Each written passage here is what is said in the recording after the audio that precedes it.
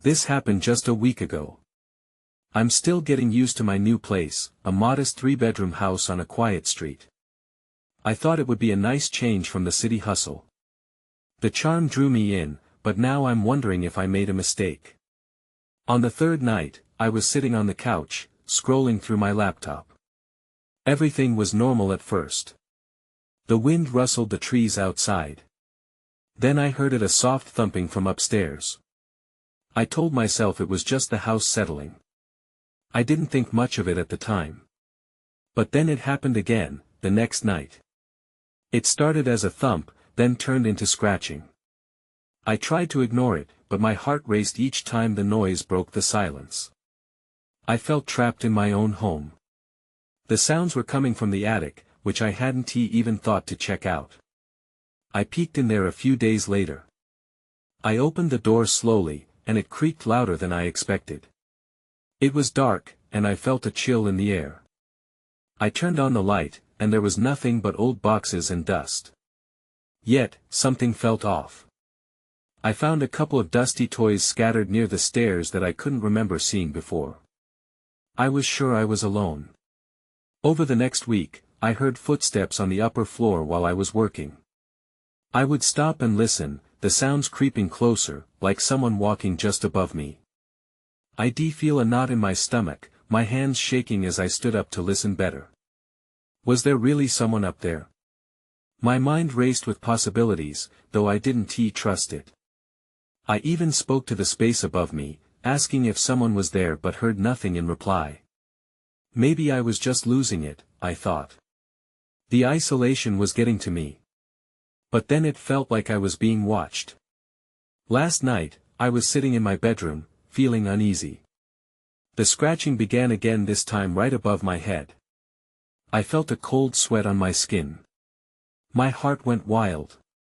I could no longer convince myself it was just my imagination. I clenched my fists as I heard a knock on the attic door. That's when I froze. It felt too heavy and real, like someone was waiting on the other side. I stood still, breath held. I couldn't move. Maybe it's nothing. Maybe it's just the wind. But then the knocking came again, sharper. I stumbled back, my mind racing. Just as I thought about calling for help, a whisper called out, "Emma." I couldn't make sense of it. The voice sounded strange. My breath caught in my throat. Then everything went quiet. I needed to understand what was happening. But I wasn't sure I wanted to know. Now, I find myself wondering, is it just an old house? A figment of my imagination? Or something much worse? The house feels like a cage, and I know I'm not alone anymore. As I sit here, I can still hear those scratching sounds, echoing through the silence. I can't ignore them anymore. The next morning, I got up early. I needed to distract myself. The sun was shining, but it did little to lift my mood. I kept replaying the whisper in my mind, the sound too clear to dismiss. I forced myself to make breakfast, but the tension in my stomach turned the food to lead. After eating, I decided to take a walk around the neighborhood. Maybe some fresh air would help clear my head. I strolled down the street, trying to ignore the odd glances from neighbors. They stuck to their yards or stood chatting with one another, not quite welcoming me. Still, I pushed on, determined to escape the cramped feeling of my house. I spotted an older couple sitting on their porch. They seemed friendly enough, so I made my way over. "Hi, I'm Emma, just moved in," I said with a smile. They exchanged quick glances before the woman responded. "Nice to meet you, dear." I hesitated but couldn't resist asking, "Is your house ever noisy?" "Mine has been a bit unsettling." The man suddenly tensed. "No, nothing like that. Just the usual creaks. Old houses do behave oddly sometimes." The woman nodded but didn't say anything more. It felt like an unsaid warning hung between us. I wanted to press further, but I also started to doubt myself. Maybe I was just being paranoid. I thanked them and walked away, feeling heavy. When I got back, I noticed the attic door was slightly ajar. My heart dropped. I was sure I had closed it tightly after my last inspection. I peered in, but it was too dark to see anything immediately. Swallowing my fear, I climbed the stairs, gripping the railing tightly. As I reached the top, the scratching was louder, more urgent. I could barely breathe. My mind screamed at me to turn back, but curiosity pulled me closer. I stepped into the attic, bracing myself against the dread creeping in. The boxes looked as untouched as before, but the atmosphere felt wrong. I noticed a toy car sitting alone in a corner, wheels still spinning as if someone had recently played with it. I was sure it hadn't been there before. I bent down to pick it up, and that's when I saw a faint handprint in the dust on the floor, not mine. Chills swept through me. The house was alive, whispering secrets I wasn't ready to hear. I turned to leave when the whisper came back, louder this time. Emma. A rush of panic filled my lungs. Someone was playing a cruel game, and I didn't know the rules. I raced down the stairs, heart pounding, but just as I reached the bottom, I felt a cool breeze pass through me. The front door swung shut with a loud thud. I turned to see the door had locked itself, and I was trapped. I pressed my back against the wall, breathing hard. The scratching started again, relentless, a chilling reminder that I wasn't alone. I needed to get out. Just then, my phone buzzed. I grabbed it, hoping against hope for a distraction. The notification was from a friend who had no idea what I was dealing with. But when I opened the message, all it said was, "You need to leave that house." My heart raced as I stood there, the weight of the message feeling like a brick in my stomach. I shook my head, trying to process my fear. Laura couldn't know what I was going through, it felt impossible. But the urgency in her text only pulled me deeper into panic. I started to look for a way out while keeping my ears attuned to the scratching that seemed to echo off the walls. Was it coming from behind me or beneath the floorboards? I couldn't tell. Frantically, I twisted the doorknob, but it wouldn't budge. "Come on," I whispered, desperation creeping into my voice. I pushed against the door, but nothing. I glanced back at the attic, fear gnawing at me. What if something had followed me down? What had I disturbed up there? The scratching stopped for a moment, and a heavy stillness blanketed the room. I took a deep breath, steeling myself. I needed to think. Where were the windows? I sprinted toward the living room, scanning for escape routes.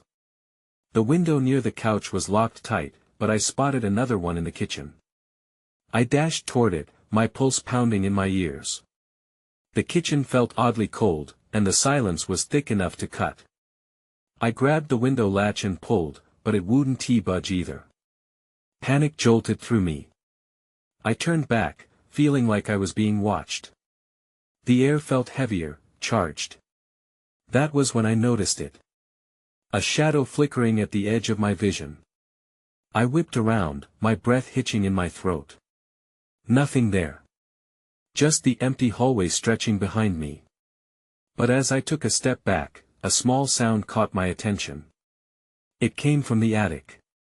A soft, childlike giggle echoed, sending chills racing down my spine. I wanted to scream, to run, but my body wouldn't obey. The whisper returned, low and melodic. "Emma, come play." I stumbled backward, nearly tripping over the corner of the couch. My phone buzzed again. I quickly pulled it from my pocket, not trusting my surroundings. This time, it was another message from Laura. I had a bad feeling. "Are you okay?" My fingers shook as I typed back, "No. I don't know what is going on." I waited, hoping for a quick response. Then, I heard the giggle again, this time closer. Panic surged through me. Whatever was in the house wasn't just a sound. It felt like a presence, and I was in its way. I bolted back to the kitchen, stumbling over my feet. I needed to get out of here. I grabbed a knife from the block, my hand steadying slightly. If it came to a confrontation, I needed to be ready. But just as I turned toward the living room, the lights flickered and dimmed, casting an eerie glow. Then everything went dark. I groped along the wall, the darkness swallowing me whole. Emma, the whisper wrapped around me, closer than before, and I felt a cold breath on my neck. I wasn't alone. Fear seized me as I turned to face whatever lay behind me. My heart thudded, and all I could think was that I had to get out, even if it meant facing the darkness head-on. The darkness clung to me like a heavy blanket, disorienting and thick. My pulse hammered in my ears, a relentless reminder that I was still alive and very much trapped. I gripped the knife tight, feeling the cold steel anchoring me to reality. "Emma." The voice whispered again, now sounding amused, like a child taunting. I felt my back press against the wall, a feeble attempt to find some safety in the familiar. There was something wrong with that voice. It was too soft and playful, yet it carried an undercurrent of something sinister. Suddenly, there was a flicker of light, a brief flash illuminating the room. In that instant, I saw it, a figure darting across the kitchen, small and quick. I blinked, and it was gone, leaving behind only the sound of tiny footsteps fading into the dark. I felt bile creep up my throat. What was happening? I took a breath, trying to steady myself. Maybe it was just my imagination, the product of too much fear and too little light. But then, the giggle returned, louder and more pronounced, echoing around me like a game of hide-and-seek. I couldn't take it anymore. I ran. I swung the knife in front of me, half expecting something to jump out of the shadows. I dashed into the living room, the floorboards creaking beneath me. As I scanned the dimly lit space for anything out of the ordinary, my eyes fell on the front door. It felt like my only chance. I rushed toward it, praying it wasn't locked. But just as I reached for the handle, the lights flickered back on, startling me. The illumination revealed fragments of the room I hadn't noticed before. The flickering revealed smudged handprints on the walls, each one smaller than the last. My heart sank as I realized they were at the same height as a child's. Frozen in shock, I felt the knife tremble in my grip. "This isn't real," I muttered under my breath. "It can't be." I stepped closer to the door, my heartbeat echoing in my skull. But just then, a sharp bang reverberated from the attic above, rattling the house. It sounded like something heavy falling to the floor. I jumped, adrenaline flooding my veins. The whispering grew louder, more insistent. "Emma, come upstairs. I want to show you something." As chilling as it was, I couldn't shake the feeling that I had to see what was happening. My instincts screamed at me to run, to escape. But something darker pulled me forward, igniting a twisted curiosity. I took a step back, torn. Then, against my better judgment, I whispered to the empty room, "I'm not afraid of you." The silence that followed felt heavy and pregnant with tension. Then, unexpectedly, the lights flickered again, brightening for just a moment, before plunging me back into darkness. In that instant, I felt it. Something brushed against my arm, icy and unsettling. I clenched the knife, preparing for whatever horror was about to unfold. It was time to confront whatever was up there, and I didn't know if I'd be able to come back. I hesitated, knife raised, listening to the oppressive silence that enveloped me. The voice from the attic echoed in my mind, taunting me. I had to move. I couldn't stay here. I needed answers, even if I feared what I'd find. Taking a deep breath, I forced myself to step away from the door and toward the narrow staircase leading up to the attic. Each creak of the floorboards felt like a warning.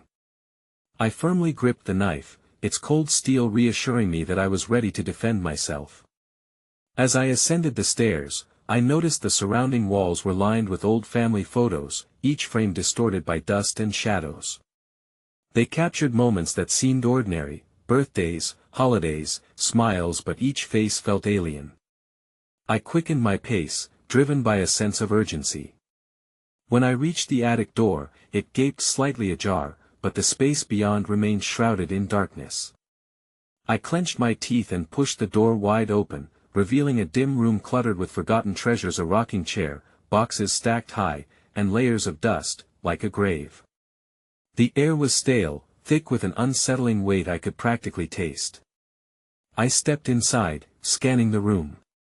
The whispers faded, replaced by a chilling stillness. I moved forward, examining the boxes, half expecting to find something that belonged to me, something that would explain why I was here. As I rummaged through them, my fingers brushed against something cold and metallic. I pulled it out, squinting to see in the low light. It was a small, rusted key. Instinct flared inside me, part curiosity, part dread. Where did it come from? What did it unlock? Before I could process this new development, the attic lights flickered, casting erratic shadows on the walls. I froze, heart racing, scanning for movement. That's when I saw it, a small figure crouched in the corner, obscured by darkness, watching me. My breath caught in my throat. "Emma," it called out again, a voice far too familiar yet jarringly eerie. This time, I saw the outline, a small childlike silhouette, with pale skin and dark, haunting eyes. Panic flooded through me. "Who are you?" I croaked, trying to sound firmer than I felt. The figure grinned, revealing teeth that looked too sharp for comfort. "Don't you want to play?" it asked, tilting its head. A part of me wanted to bolt, to retreat back downstairs. But the mystery of the key urged me to stay. "Play what?" "Come." The figure beckoned, gesturing towards a dusty box resting against the wall. My stomach twisted with anxiety, but an inexplicable sense of curiosity held me captive. Before I could take a step closer, a loud crash echoed through the attic as the heavy rocking chair tipped over, clattering to the floor. I jumped, adrenaline coursing through my veins once more. I was losing control. The figure's grin widened, its eyes glinting with a predatory delight. "You're not afraid, are you?" "Not yet." Then, the attic plunged into darkness again. I stumbled, panic rising as I felt something brush against my leg, something cold, skittering away. I had to get out. I had to find out what the key unlocked, but now I was trapped with whatever that creature was, and it felt like it was closing in on me. And then I heard it, a soft whisper right behind me, "It's time to play." I turned, clutching the knife, knowing with every fiber of my being that this was only the beginning. The darkness pressed in around me, thick and suffocating. I took a cautious step back, knife raised, scanning the corners of the attic for movement. The figure had vanished in the shadows, but I could feel its presence. It was still there, watching. "What do you want?" I shouted, my voice hoarse and shaky. The only answer was the echo of my words, swallowed by the gloom. Just as I was about to make a break for the stairs, I remembered the key in my hand. Maybe, just maybe, it was vital to escaping this nightmare. I switched on my phone's flashlight, the beam cutting a narrow path through the dark. I turned it around to inspect the corners of the attic, but I found nothing. Still, the unsettling sensation of being watched lingered at the back of my mind. I had to find out what the key unlocked. Gingerly, I approached the box the figure had pointed to earlier. Dust coated its surface, and it looked untouched for years. I brushed my fingers over the latch and felt the familiar rush of dread mixed with curiosity. Would it yield secrets or horrors? I took a deep breath, steeling myself. Then, I tried to pry the box open. The latch clicked, and the lid creaked as I lifted it. Inside, the contents were layered with dust, but a faint glimmer caught my eye, a diary, its surface worn and frayed. I hesitated, glancing around. The attic felt alive with whispered secrets, alive with eyes that followed my every move. As I lifted the diary, I felt that chill again, like fingers grazing my skin. My heart raced as I opened it, flipping through the brittle pages. The handwriting was familiar, looping and spiraled, my mother's. The first few entries were mundane, detailing family events and her hopes for me.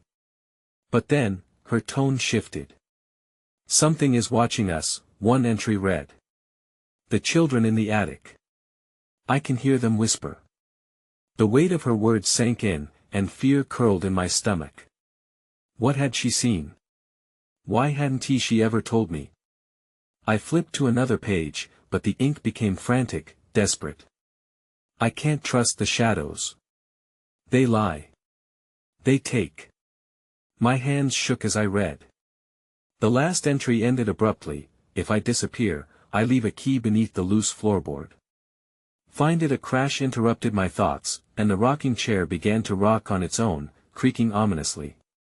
I whipped around, heart in my throat. The figure reappeared, closer this time, its grin stretched too wide. Are you scared now? It hissed, the voice echoing with a chilling mirth. The attic seemed to pulse with energy, shadows swirling and thickening. The air felt electric. I blinked, swallowing hard. What do you want from me? Just to play. It sang, its voice rising into a cacophony of sound around me. I had to get out. My mother's warnings echoed in my head. I clutched the diary, flipping through the pages frantically. I needed that key. Where was the loose floorboard? In the far corner, beneath a stack of boxes, I thought I noticed a slight lift in the wood. My pulse hammered as I dashed toward it, but the figure moved faster, blocking my path. Not yet. It shrieked, and the entire attic seemed to tremble. Then everything went dark again. I felt the floor shift beneath me, and before I could react, I was falling. I hit the ground hard, adrenaline surging through me, and realized I was no longer in the attic. The key fell from my hand, skittering away into the shadows. I had to find it. I had to find a way out before whatever was coming claimed me too.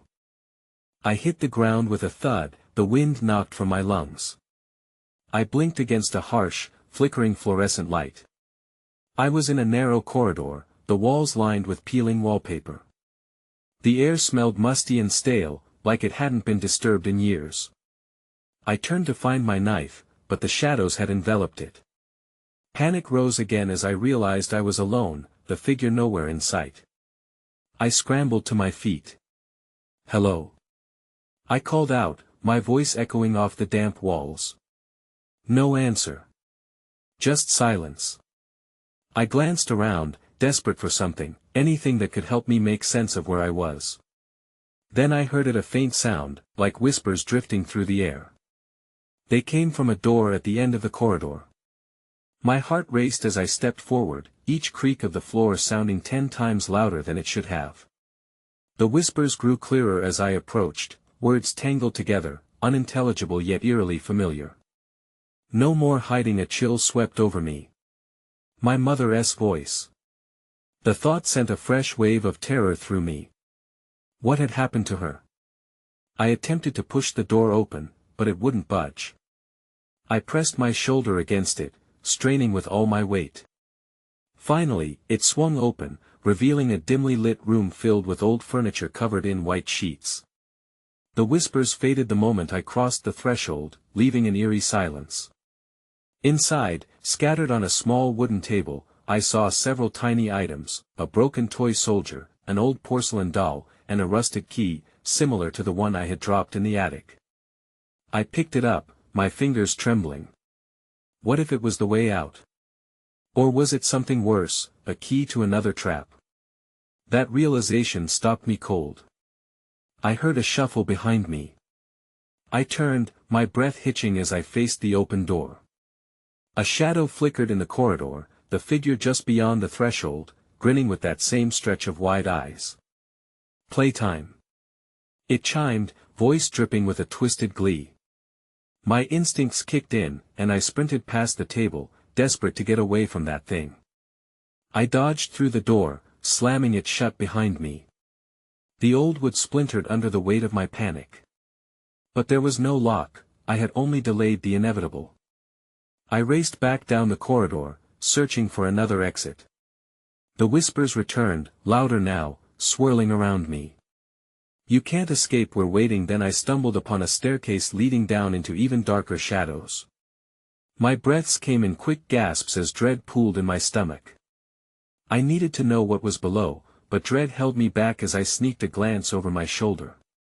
The figure hadn't followed, it lingered at the door, twisting its head in a grotesque manner, watching, waiting. As I took a cautious step toward the stairs, something caught my eye. An old photograph partially hidden under debris on the ground showed a family, a woman, a man, and a little girl. My mother, her husband, and me.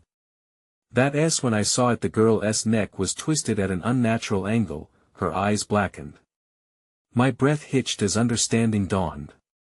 I was not the only one trapped here. The shadow's laughter echoed down the hall, a sound so warped it sent shivers down my spine. I hesitated, glancing back at the staircase. I had to decide. Stay and face the figure, or risk whatever awaited me below in the depths of darkness. Whispers beckoned me, just as fear clutched at my chest.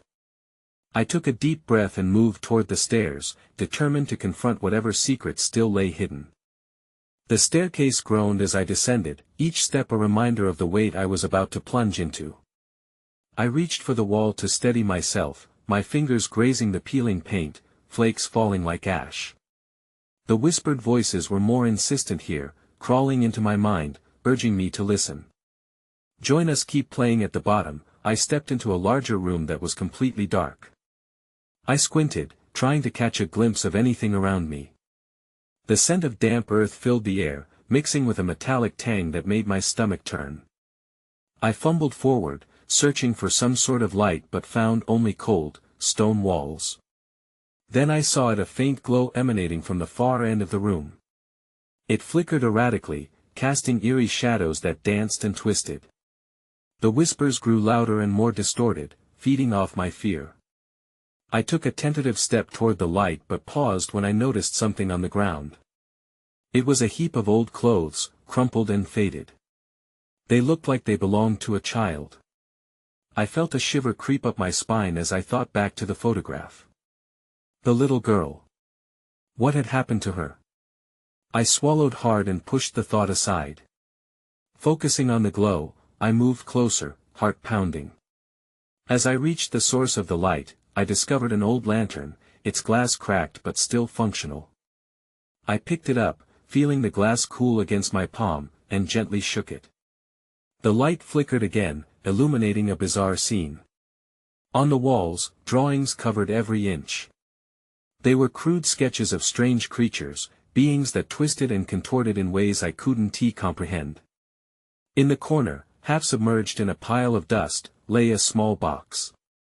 Curiosity mixed with dread as I approached it, my fingers trembling. When I lifted the lid, a gust of cold air swept out, as if the box had been sealed for years. Inside were more photographs. None were of my family, but I recognized the faces.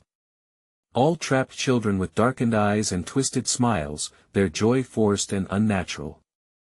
I nearly dropped the box, my heartbeat thudding in my ears. And then I felt a presence behind me. I turned slowly, the lantern light revealing the outline of the figure, now much closer. Its smile broadened, impossibly wide, as it raised a finger to its lip. "Sure, we're all here," it said, the voice a haunting melody that seemed to echo in the dark. I froze, every instinct screaming at me to run, but my feet felt rooted to the spot. I looked back at the box, then at the chilling grin of the figure. The weight of the moment crashed over me, and it dawned on me that I'd stumbled into a nightmare woven from lost souls. That's when everything went dark. The lantern flickered violently before extinguishing, plunging me into absolute blackness. I could hear my breath ragged and shallow, barely drowning out the cacophony of whispers. The last thing I saw was a flash of white as the figure lunged, and I was left to wonder if I would be just another drawing on the wall. I gasped as the darkness closed in, the weight of it pressing against my chest. I stumbled back, hands outstretched, trying to find something, anything to anchor me in this overwhelming void. I felt a wall behind me, rough and unforgiving. Panic surged, and I fought the urge to scream. Then came the sound, a soft giggle, like a child playing hide and seek. My heart froze. There were more of them. I could almost sense them flitting around, just beyond the edge of my vision. I took a deep breath, forcing myself to calm down. I needed to think. With trembling fingers, I reached for the lantern that had gone out. The cold glass felt like a lifeline, and I shook it again, praying for just a spark of illumination. When the light flickered back to life, it revealed a twisted parody of innocence. The figure stood mere feet away, closer now, surrounded by shadows that wriggled like they had minds of their own. "Did you see them?" it whispered, eyes glinting like shards of broken glass. "They like to play in the dark." The taste of bile rose in my throat, and I resisted the urge to run. Instead, I forced myself to hold the lantern steady, the flames casting a feeble glow. Who are you?" I managed to stutter, my voice barely above a whisper. "Just one of many," it replied, tilting its head unnaturally. "We all are, here." The grin was unsettling, stretching even more as it took a teasing step closer. I could see something small bouncing by its feet, a doll with a cracked porcelain face, a missing eye. My mind raced. Each revelation was like a jigsaw piece falling into place, yet the picture it formed was grotesque. The box. The children. Were they trapped here, playing eternally, spiraling in a never-ending nightmare? And then it hit me. The drawings on the wall. What if they were not merely sketches but memories of the children who had come before? Each face in the photographs might very well be waiting for their turn to play. The idea made my skin crawl. "Do you want to play?" the figure asked, voice dripping with sugary malice. "It's so much fun. You just have to join us." "No," I said firmly, stepping back, my feet finding unyielding stone. "I'm not here to play." I flicked the lantern light toward the walls, desperate to find an exit or a clue to escape this nightmarish reality. Everything felt off balance. I needed to find a way out. I took another step back, but the figure mirrored my movement, creeping closer. The whispers surged, like a tidal wave crashing in, louder and more desperate. Their pleas were laced with urgency. A cold sweat trickled down my spine as the shadows deepened. I scanned the room with wild eyes, noticing an opening tucked away behind a pile of stones. Was that a way out, or merely another trap? "Come and play," the figure laughed, and I could feel the air growing thick with tension. The moment hung, charged and electric. I took one last look, adrenaline coursing through my veins. Then, with a burst of courage, I turned and bolted toward the opening, the whispers screaming in protest behind me. As I ducked through the narrow crevice, a chilling realization struck me: even if I escaped this room, the game was far from over. "Not even close," a voice hissed as darkness swallowed me whole again. I stumbled through the narrow crevice, adrenaline coursing through me, pulling me into an unknown darkness. The air grew colder, and the whispers receded but still clung to the edge of my consciousness, their shadows lurking just out of sight. I stumbled over rough terrain, gravel and dirt beneath my feet, trying to regain my bearings as the sound of my own breath echoed back at me. Suddenly, I emerged into a dimly lit space, a long hallway stretching out before me, looking eerily familiar. It was different from the earlier rooms but still felt like a maze woven from fear and despair.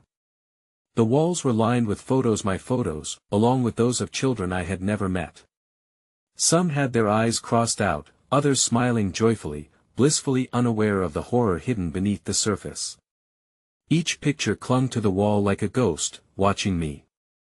I took off running, propelled by an instinct that told me this hallway was a trap, another manipulation of whatever force was pulling the strings.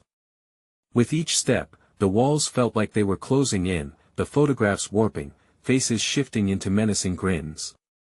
I couldn't stay. I had to escape, find a way out, but every turn felt like it led me deeper into the heart of the nightmare. But then, through the haze of despair, I noticed a flickering light at the end of the passage. Hope surged through me.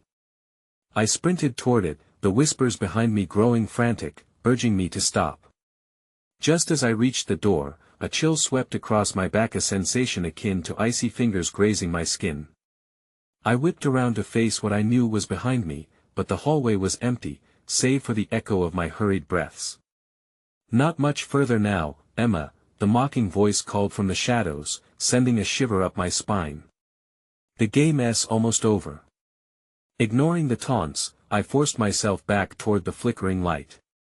I pushed the door open, wooden and decaying, it creaked under my weight and stumbled into a bright room.